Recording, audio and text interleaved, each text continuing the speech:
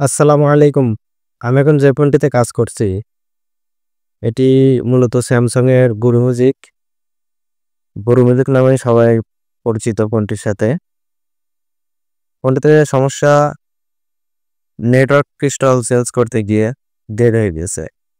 আমি এরকম অবস্থাতেই এক কাস্টমারের কাছ থেকে পেয়েছি। ফোনটিকে রিসিভ করেছি এবং চালু করার চেষ্টা করছি।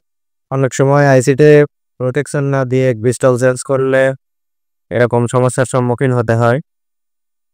আর ফোনগুলো যেহেতু অনেক পুরাতন হয়ে গেছে, সেহেতু অনেক সময় প্রোটেকশন দেওয়ার পরেও হ্যাং লাগা হয়ে যায়, তারপরে ডেড হয়ে যায়, নো সেন্স হয়ে যায়, কিংবা কোনো ফোনে আবার শর্টও দেখায়।